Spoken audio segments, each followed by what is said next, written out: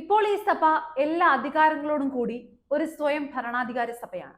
പക്ഷെ കിട്ടിയ അധികാരം വേണ്ട വിധം കൈകാര്യം ചെയ്യാൻ കഴിവില്ലാത്ത ഒരു നേതൃത്വമാണ് നസ്രാണി സഭയ്ക്കുള്ളത്. അതുകൊണ്ട് ഇനി മാർപ്പാപ്പയുടെ ഒരു കാര്യം ഉണർത്തിക്കാം. ദയവ് ചെയ്ത് തങ്ങൾക്ക് അനുവദിച്ച തങ്ങളുടെ സ്വയം ഭരണാധികാരം എന്ന സഭയുടെ പദവി തിരിച്ചെടുത്ത് അങ്ങയുടെ നേരിട്ടുള്ള ഭരണത്തിന് കീഴിൽ ഞങ്ങളെ വീണ്ടും ചേർക്കുക. ഈ പദവി തുടരുവാനുള്ള പക്വത തങ്ങൾക്കായിട്ടില്ല. കാര്യഗൗരവമോ സാമർഥ്യമോ ഇല്ല. ഐക്യവും സ്നേഹവുമില്ല. സീറോ മലബാർ സഭയോട് കർമ്മല കുസുമം മാന്നാനം CMI വൈദികർ ആവശ്യപ്പെടുന്ന ഇക്കാര്യത്തെ വിശ്വാസികൾ 100% പിന്തുണയ്ക്കുന്നത്.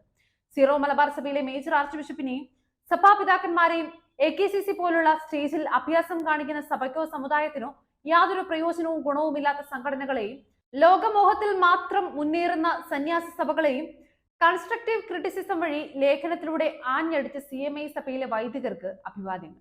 ഇനി പരിശുദ്ധ കുർബാന അവഹേളിക്കപ്പെടരുതെന്ന് തുടങ്ങുന്ന ഈ ലേഖനത്തിലേക്ക് കത്തോലിക്ക സഭയുടെ പൗരോഹിത്യത്തിന്റെയും അടിസ്ഥാന ശില പരിശുദ്ധ കുർബാനയാണെങ്കിൽ യാതൊരു കാരണവശാലും അത് അവഹേളിക്കപ്പെടുവാൻ അനുവദിച്ചുകൂടാ.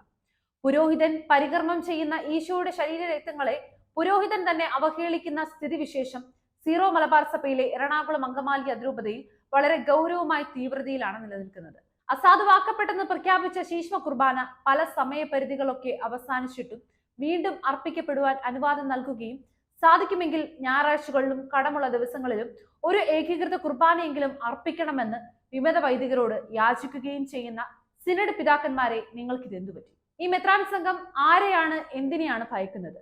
നിങ്ങളുടെ ഹോളി സൈലൻസും നിസ്സംഗതയും നിഷ്ക്രിയത്വവും നസ്രാണി സഭയെ പൊതുസമൂഹത്തിന് മുമ്പിൽ അവഹേളന പാത്രമാക്കി.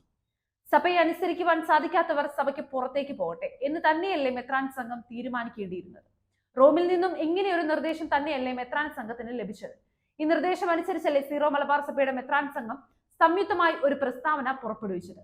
കുലംകുത്തികളായ 5 മെത്രാന്മാർ ഒരു ഡിസിറ്റിംഗ് നോട്ട് നൽകിയതിനെ അടിസ്ഥാനപ്പെടുത്തി തീരുമാനങ്ങളെല്ലാം മയപ്പെടുത്തി ചുരുക്കത്തിൽ വിമതർക്ക് ഇഷ്ടമുള്ളതുപോലെയൊക്കെ ചെയ്യാം.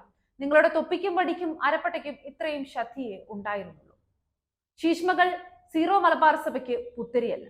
ശീഷ്മകൾ മൂലം സഭയിൽ നിന്നും വേർപെട്ടു പോയവരുടെ ചരിത്രം സഭാംഗങ്ങൾക്ക് അറിവുള്ളതല്ലേ? റോക്കോ ശീഷ്മകാലത്ത് സീറോ മലബാർ സഭയ്ക്ക് ആകെ ഉണ്ടായിരുന്ന വെറും 154 പള്ളികൾ മാത്രം. ഇതിൽ 84 പള്ളികൾ പൂർണ്ണമായും 30 പള്ളികൾ ഭാഗികമായും ശീഷ്മയുടെ പിന്നാലെ പോയി. എന്നാൽ ആകെ 38 പള്ളികൾ മാത്രമാണ് ശീഷ്മയിൽ ചേരാതെ സഭയോടൊപ്പം നിലകൊണ്ടത്.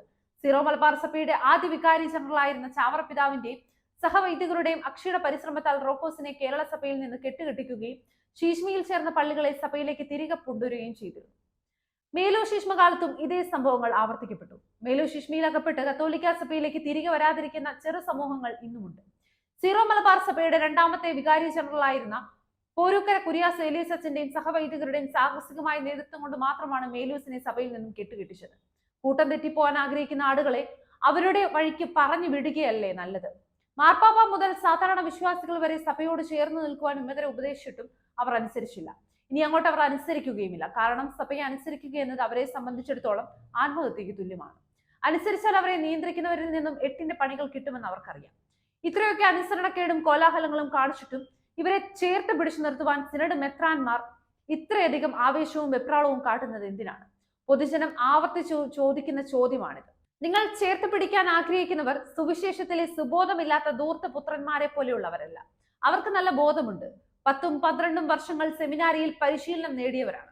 ഇടവകകളിൽ വികാരിമാരായി സേവനം അനുഷ്ഠിക്കുകയും ദൈവജനത്തെ വിശദീകരിക്കുകയും പഠിപ്പിക്കുകയും നയിക്കുകയും ചെയ്തവരാണവർ.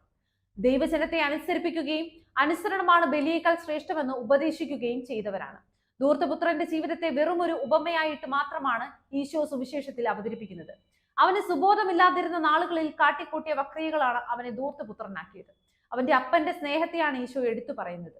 ആ സ്നേഹം മാർപ്പാപ്പ മുതൽ ഇങ്ങോട്ട് സാധാരണ വിശ്വാസികൾ വരെ അവരോട് കാട്ടി. എന്നാൽ ധൂർത്തപുത്രനോട് സ്നേഹം കാണിക്കണമെന്ന് ഉപദേശിച്ച ഈശോ തന്നെ ജെറുസലേം ദേവാലയത്തെ ശുദ്ധീകരിക്കുന്ന ഒരു കർമ്മ പരിപാടി പ്രാവർത്തികമാക്കുന്നുണ്ട്. ധൂർത്തപുത്രനെ ചേർത്ത് പിടിക്കണമെന്ന് പറയുന്ന സിനഡ് മെത്രാന്മാർ എന്തേ ദേവാലയ ശുദ്ധീകരണത്തെ ഭയക്കുന്നു?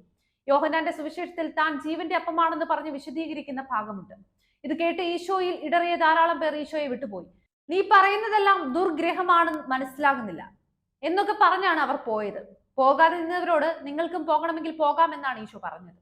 നഷ്ടപ്പെട്ട ആടിനെ തേടി പോകണമെന്നും പാപികളെ അന്വേഷിച്ചാണ് ഞാൻ വന്നിരിക്കുന്നതെന്നും പറഞ്ഞ ഈശോ താൻ ജീവന്റെ അപ്പമാണെന്ന് പറയുന്നതിൽ യാതൊരു വിട്ടുവീഴ്ചയും കാണിക്കുന്നില്ല. ഒരു സമവായത്തിനും ഈശോ തയ്യാറായില്ല. കാതലായ കാര്യത്തിൽ ഈശോ കണ്ണടയ്ക്കുകയും ചെയ്തില്ല. വെറുമൊരു മീറ്റിംഗ് എന്നതിലപ്പുറം സിനഡിന്റെ ഒത്തുചേരലുകൾക്ക് യാതൊരു പ്രസക്തിയുമില്ലെന്ന് സാധാരണ ജനത്തിന് ബോധ്യപ്പെട്ടു തുടങ്ങി. വെറുമൊരു അനുഷ്ഠാനമെന്നോ വഴിപാടെന്നോ എന്നതിലപ്പുറം എന്ത് നന്മയാണ് സീറോ മലബാർ സഭയ്ക്ക് ഈ കൂടിച്ചേരൽ വഴി പ്രതീക്ഷിക്കാനാവുന്നത്?